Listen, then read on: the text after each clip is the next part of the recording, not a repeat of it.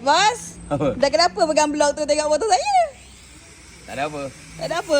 Blok performance macam ni, Ha. dia kena masuk dekat motor standard ni. Baru laju. Kita tak payahlah, Abah. Abah kata Abah nak tu. Nak kekalkan set standard Abah. Set standard, kau cakap elok sikit. Abang Razi tu pun, kan? Main tipu. Ya. Pakai esok kata tipu. Tipu. Apa lagi ada tipu? Apa lagi ya? Macam-macam lah. Ada lagi yang tipu. Tak, yang bos sekarang ni dia pegang blog pun nak tukar ke? Aku pun nak tipu. Nak tipu. Janganlah, bos. Bos kena kekalkan standard. Tak payahlah lepas tukar-tukar blog apa semua. Enjin dia dah cukup okey dah.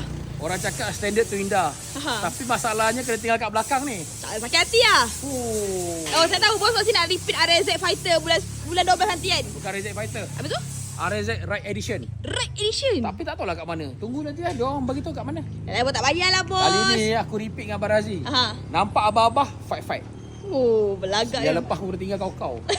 Abang Razi kau pandai tu. Tapi bos, saya rasa saya pun nak tukar jugalah. Tak payahlah. Boleh lah, bos. Engkau kekal standard. Tak payahlah, bos. Saya nak tukar sekejap. Engkau LPT pun tak lock. Bos, tak Patut apa. tak jam.